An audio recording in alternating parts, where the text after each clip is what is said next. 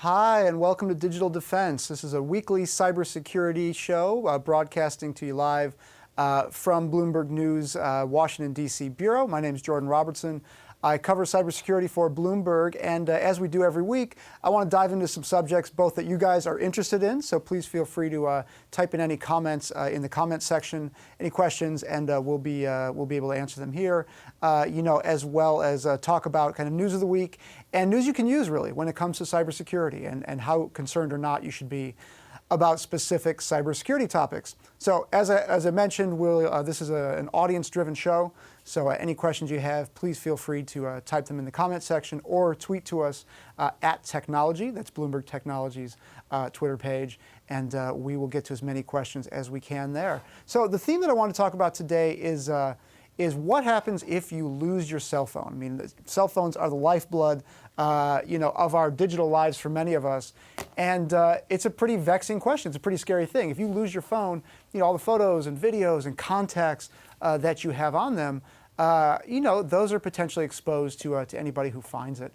So I want to walk you through some ideas about what you can do to protect your phone, and also what you can do if you've actually lost your phone. What are your options that are available to you? So first, we'll start with this. So the screen I'm showing you, this is actually an ad for one of Google's services. Google has an app called Google Protect, which is it's an application you can download. It scans the applications on your device and it searches for malicious activity. But you don't actually have to do that. So I want to start with the basics. If you've got an Android phone, the good news is if you have registered your Google account with that device, you've logged in, which they all make you do when you get them, there is a feature that's turned on by default called Google Device Manager. Now, most people won't know that this is actually available on their device. I actually didn't until very recently. But if you go into your settings, go to the settings menu and then click on Device Administrators. For most phones, I mean, every Google phone, every Android phone is going to be different. But under Administrators, you should see a screen that says Device Manager, Android Device Manager. Now, what that does, it's a really cool thing. Smartphones didn't used to be this way.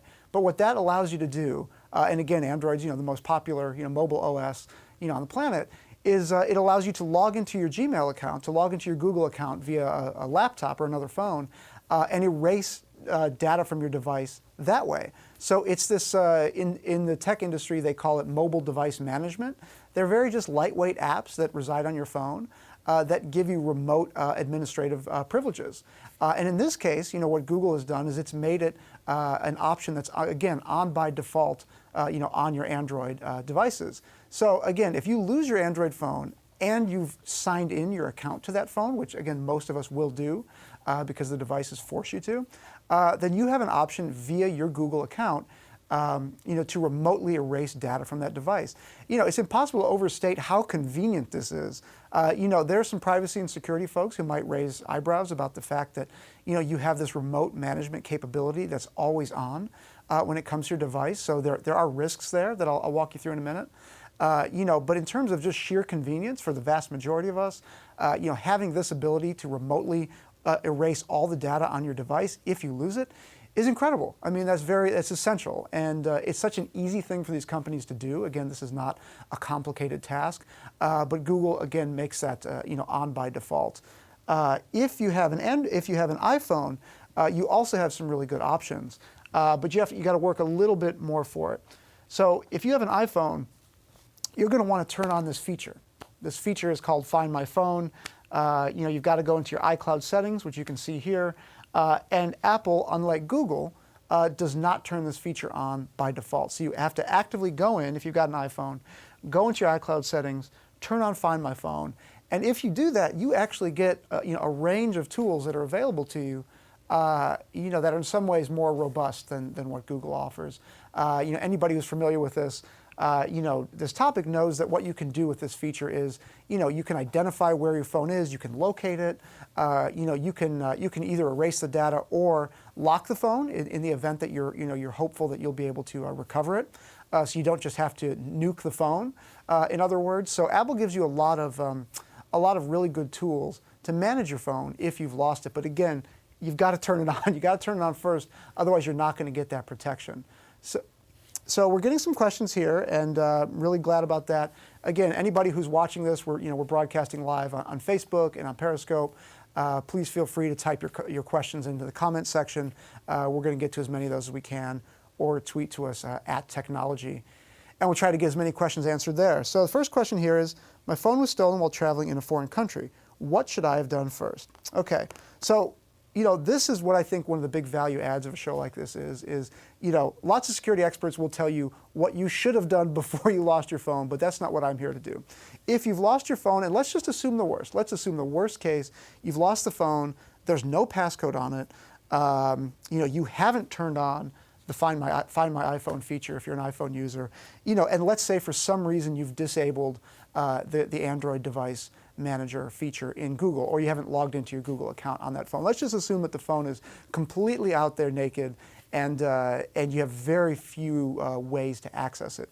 You still do have some ways to protect that device. Now, you're not going to get the photos back. You're not going to get the contacts back that are on that phone. However, if you had signed into any of these cloud services, like Verizon offers one, AT&T offers it, obviously Apple with their iCloud, they offer it, a lot of that data is going to be backed up automatically, and many people do this. Again, that's a proactive step you will need to have taken. But if you're in this situation, the first thing you got to do is call the phone company. Call the phone company so they could disable the phone. So you're not going to incur any extra charges. And most importantly, the phone company can disable your SIM card. So they disable the connection, to your SIM card, so nobody can use that phone for anything. And most criminals are not interested in your personal photos. They're not interested in your personal contacts. They're not even interested in access to your email account. They're interested in selling that device. So what most criminals are going to do is they're going to find your phone, they're going to erase all the data on it, and they're going to go sell it into the black market. That's what, in general, is what happens. So it's going to be painful to lose that data. However, you don't need to worry necessarily that somebody's rifling through your personal information, because that's just not what most criminals do. In terms of what you should have done first before this happened, I think is a really important question. So if you are concerned about what would happen if my phone is lost or stolen, the first thing you need to do is just put a passcode on it. That's kind of the most important thing, just to prevent anybody from accessing that data. But I am a big fan of these Find My Phone features. Again, I cover cybersecurity. I know all the hacking risks. I know the privacy risks. You are giving these companies, Google and Apple, and potentially the device makers, access to your device. However, what's more important? If you've got a year's worth of photos on there that you want recovered, having that ability is really important. So, again, with Apple, if you're logged into your iCloud and backing up your photos, that's just a really easy kind of no-brainer way to ensure that even if your phone is lost, you still have access to that data. And if you're on an Android device, most of the big carriers will offer some sort of cloud service. Again, Verizon and AT&T. You've got to download a specialized app and then give it permission to upload all of your photos and contacts and things like that to the cloud. But it's a pretty good security mechanism. It's a pretty good safety mechanism, rather. And I would strongly encourage people to do both of those things. But again, one of the big messages is if you have an Android phone and you've logged into your Gmail account or your Google account, you have this mobile erase data on by default. And that's a big deal. Next question here, is backing up on the cloud the only way to save your data? It's not the only way, but it's the easiest way. Again, whether you're using iCloud or whether you're using Android's services, having a cloud backup is just by far the simplest, way to do it. It's not the most secure because, again, if somebody accesses your cloud account, they can, from a cybersecurity perspective, they can then access your photos and your contacts and things like that. So, if you're in what you might consider a sensitive class of consumer, if you're a business executive, if you're a journalist or a human rights activist, or you have reason to believe that you would be the target of a hacking attack, you may want to add additional security protocols to your cloud account, such as two-factor authentication, where you get a text message alert anytime somebody tries to log in. But it doesn't mean you shouldn't do it. Again, I'm a big advocate of if you drop your device, if you lose it, if it's stolen, and you've got photos on there of your family or your friends and things that are really important to you, what would you rather have? I mean, you can have much higher security, or you can have your photos stored somewhere. So I think for most people, the default's going to be having your photos and your contacts backed up somewhere. The cloud is going to be the easiest way to do it. And you can always back it up manually to a computer as well, but that's just a little harder, and few people are going to do that routinely. And I should also say as well is that while kind of intuitively, giving your information to the cloud seems like it's the less secure way to go. I talk to cybersecurity professionals and experts for a living, and most of them will tell you that these cloud providers are going to be far better at protecting your data than you are.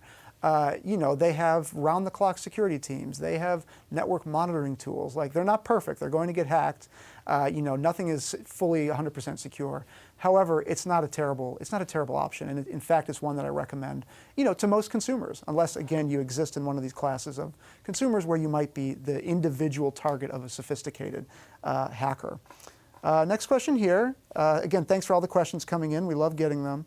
Is what's the best way to get all of my photos and contacts back? Well, again, having one of these services set up, whether it's Google's Android device manager, again, which is on by default, that won't necessarily get you your photos back on its own. However, having that ability to remotely manage your device is an important first step. But backing up to the cloud, again, there are many ways to do this. I mean, you can back it up to any cloud provider of your choice. But most network providers, AT&T, Verizon, etc., have their own app that just makes it very easy. So in fact, most often that's what I recommend. You can back it up to your Google account as well, or your iCloud account. Apple, of course, makes it very easy. But if you want some variety in terms of who has your data, that's one way to ensure that Google doesn't have, if you're using an Android phone, all of your data. If you're on an Android device, it's worth noting. Again, this is a cybersecurity show. Every time you turn on one of those devices, you're pinging Google. I mean, Google is collecting data about everything you do. It's very easy to just back up to Google servers as well. And again, Google is a world-class cybersecurity organization. The question you have to ask yourself is, do I want Google to have every single piece of information about my digital life? For most people, I think that's going to be fine. Some people might want a little variety, so that maybe a couple of different providers don't have everything. But again, if you're an iPhone user, chances are, and you're backing up to the cloud, you're going to be using iCloud, and that is entrusting one company with all of your kind of digital life. And again, on its own, I'm not going to be the type of person to say you shouldn't do that because it's very convenient. It's just a question you have to ask yourself about which provider do you want to have all your data. Next question here is, are there any other tracking apps besides Find My iPhone? There are. Again, this is a class of technology called MDM, Mobile Device Management. You can find lots of different apps online for doing this. Actually, Lookout Security is a great example. Lookout Security is, a cutting-edge mobile security company. But a lot of people use their app for the Find My Phone feature, which again is baked into a lot of these phones these days. But there are apps like that are security apps that kind of have this double function as a Find My Phone. So there are too many to mention. But if you don't want to use the Find My iPhone feature, if you don't want to back up to Apple's cloud, that's totally fine and understandable. And there are other apps that allow you to do that. My one caveat with that is, and we deal with this a lot with app developers. It's great. We've got a huge, app ecosystem, and anybody can create an app, anybody can get it approved almost, and that's really good for the economy of that ecosystem. However, what you have to remember is if you're entrusting a remote mobile connection to your phone, to an app that let's say is untrusted or it's new, you just have to understand that there are potential security implications for that as well. If a hacker were to compromise that technology provider's systems, in some cases it depends on how they're routing the traffic, but that's a potential security exposure or security vulnerability that could exist. That doesn't mean don't use them. It just means be aware of who you're giving remote access to your device to. And that's a very important question. And again, when I say that Android devices have this Find My Phone feature turned on by default, that's great for most consumers. However, you do have to understand that you are opening a remote access portal into your phone, which most security professionals would not feel comfortable doing for a device that has any sensitive information on it. But again, for most people, I would say it's actually a pretty great thing for most consumers. Next question here is what are some warning signs that your data has been compromised after your phone is stolen? Well, if you're talking about is the attacker using or is the thief using your phone, that's going to be very easy to see. Obviously, if you haven't called your telecommunications provider, and you haven't shut off the phone, that's the first thing you should do. If you think the phone is gone forever, is call the phone company. At least tell them that the phone has been lost if you don't want to disconnect entirely. But if you think the phone is gone or it's been stolen, just disconnect the phone. That's going to be kind of the first order of business. However, before you do that, if you have any of these tools enabled, Google's or Apple's or whomever, you're going to want to engage with those tools and figure out, what's on the device. The beauty of some of these tools, though, is that in response to this question, many criminals are just dumb. I mean, some criminals are smart, but many criminals are dumb. And we've seen lots of kind of amusing stories where somebody will steal a phone and then use it for personal things. Like they will use it for personal photos. They will use it for personal videos. They'll log into Facebook on your phone and send videos and messages to other people. So these are not the highest order of criminals here, but you'll be able to see that on your device. Like we've talked to security people, who have seen criminals who've stolen their device using their devices, and they can see that in real time. They'll see photos appear, on the device. They'll see videos appear. It'd be amusing if it isn't such a serious thing, losing that information. But again, you can restrict access. That's the kind of thing that these tools allow you to do if you've enabled them in the case of the iPhone. But in the case of Android, again, these are, many of these features will be available to you by default. So as I say, log in. You can simply log in and see if the criminals are doing anything with your information. But it is worth mentioning that, for as valuable as this data is to us as consumers, personal photos and such, they have almost next to no value to the type of criminal who's going to steal your phone. These are not, again, unless you are a government official or business executive or whomever, who might be the target of a nation-state actor for whom stealing your device actually carries enormous value. The vast majority of phone losses and thefts occur to criminals who have no interest in your personal data whatsoever. They want to wipe the device and sell it. So I actually wouldn't worry too much about it, but of course it is a deep personal loss when you lose this kind of information. Next question here: has iCloud ever been hacked? Well, obviously Apple is a pretty close protector of information, and it's unclear. I would say this. I would say organizations like Apple have attempted hacks all the time. And when you see news stories about services like iCloud being hacked, generally what you're seeing, and there have been some, generally what you're seeing, and there was a case a couple years ago where somebody was able to hack the accounts, the iCloud accounts, of celebrities, and other folks, and the cloud accounts in general of celebrities and other folks, and leak their personal information and personal photos and such online. And what you're seeing there is simple, social engineering. So if somebody hasn't set up the proper protections for their account, such as two-factor authentication, text message alerts, things like that.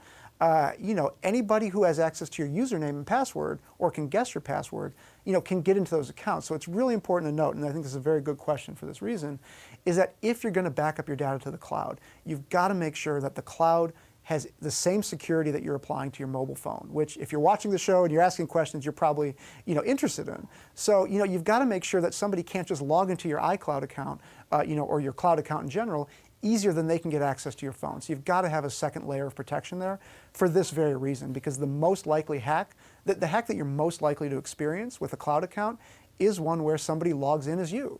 And it's not some kind of, grand hack of the Apple, server system, or it's not some grand hack of Google. It's a hack of individuals, and they leak information that way. So that's just something you need to be aware of as you're setting up these accounts. Next question here is there a good free cloud service to back up my data that you like?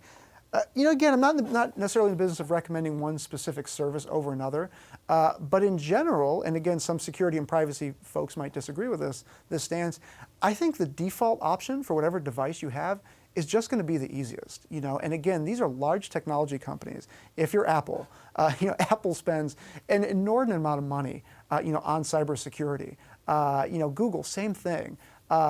Is backing up your photos and your contacts to your Gmail account, is that the worst thing in the world? Again, people will have their personal opinions about whether they want Google or Apple to have all of their information about their personal lives. But however, my default stance is typically, you want to make this stuff easy for people. And, you don't want to give people so many instructions about security, that they can't follow or that it's too cumbersome or they just forget about it altogether. So I would say if you've got a phone And anybody who's watched the show before knows that I'm a broken record on this subject. You've got to set up two-factor authentication. You just have to do that so that if somebody finds your phone, they can't get in easily, or they try to hack your phone, they can't get in easily. And the same goes for your mobile accounts. That goes for cloud accounts as well. There is this privacy issue of which company is custodian of your data. Some people like to use, again, if you're at Google, if you've got an Android phone, maybe you don't have Google be your backup. Maybe you have Verizon or AT&T or whomever have their cloud service be your backup. It's a way of just splitting who has your information, and that's a perfectly viable and legitimate path as well. But in general, I think that these big companies spend a ton on security, and they are, target number one for nation-state hackers. So, don't think they don't have their work cut out for them, and don't think that they could never get hacked. But it's always a question of if they get hacked, what could the attackers actually get? And in general, the security around the really sensitive stuff tends to be pretty good, but there are always caveats. We saw Yahoo lost 1 billion users' accounts. Yahoo has 1 billion users. They lost everybody's accounts. So it's, no company is going to be immune from hacks, and cloud services are just as vulnerable. So with that, I want to wrap up. We got some great questions. We always appreciate it. Again, we do this show every week. We want it to be useful, for viewers. And as such, we want you to write us offline as well. Please feel free to tweet to us at Technology. That's the Bloomberg Technology page. Or I'm on Twitter at JordanR1000, Jordan, the letter R, 1000. We'll get to as many questions as possible offline, or potentially in a future episode. We just want to thank all of you for watching. We hope you got something out of it. And again, please feel free to tune in next week. We broadcast live at noon Eastern, every Thursday from the Washington, D.C. Bureau of Bloomberg News.